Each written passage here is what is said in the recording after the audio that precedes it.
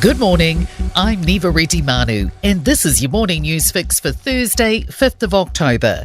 In this update, Winston Peters retains his kingmaker position in the latest poll. A fresh One News variance survey shows support for all parties is steady, apart from ACT, which fell 2 points to 10%. With National on 36%, the right bloc doesn't have the seats to govern as a two-party coalition. Newstalk ZB political editor Jason Wall says we're seeing a clear trend. New Zealand First 6% will be needed in Cabinet. So it's time for Chris Luxon to start thinking really seriously about some of the concessions that he's going to have to give the political veteran known as Winston Peters. Labour is on 26%, the Greens are on 13% and Te Pāti Māori is on 2%. Chris Hipkins regrets the division COVID-19 vaccination has caused.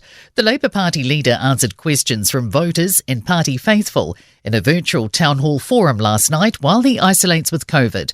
He says the pandemic response is the elephant in the room this election, and he's proud of New Zealand having very high levels of vaccination. But I also do recognise that was through that vaccination campaign that we started to see some division in our COVID response, which up until that point had been a very united response to COVID. And there was a moment of candour from National's health spokesperson during a debate over Pharmac. During a health debate last night, Labour's Aisha Verrill was challenged over our access to medicines ranking at the bottom of the OECD. She defended the government's record, saying Labour's built up the level of funding with a 41% increase to the medicines budget since they came in.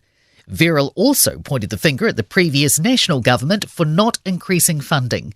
Shane Retty says he accepts they could have done better and he'll own that. A retail advocate says the latest Retail NZ crime report is worth paying attention to. The reports found the sector lost just under $2.6 billion from retail crime in the year to August. It's also found 92% of retailers had suffered a crime in the past year.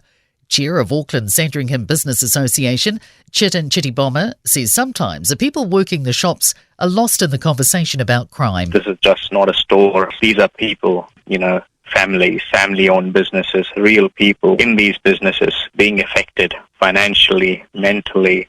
Marlborough could have to cough up millions more than first thought for road repairs. Cost estimates for fixing the flood-damaged transport system have increased by $74 million to a total of $234 million.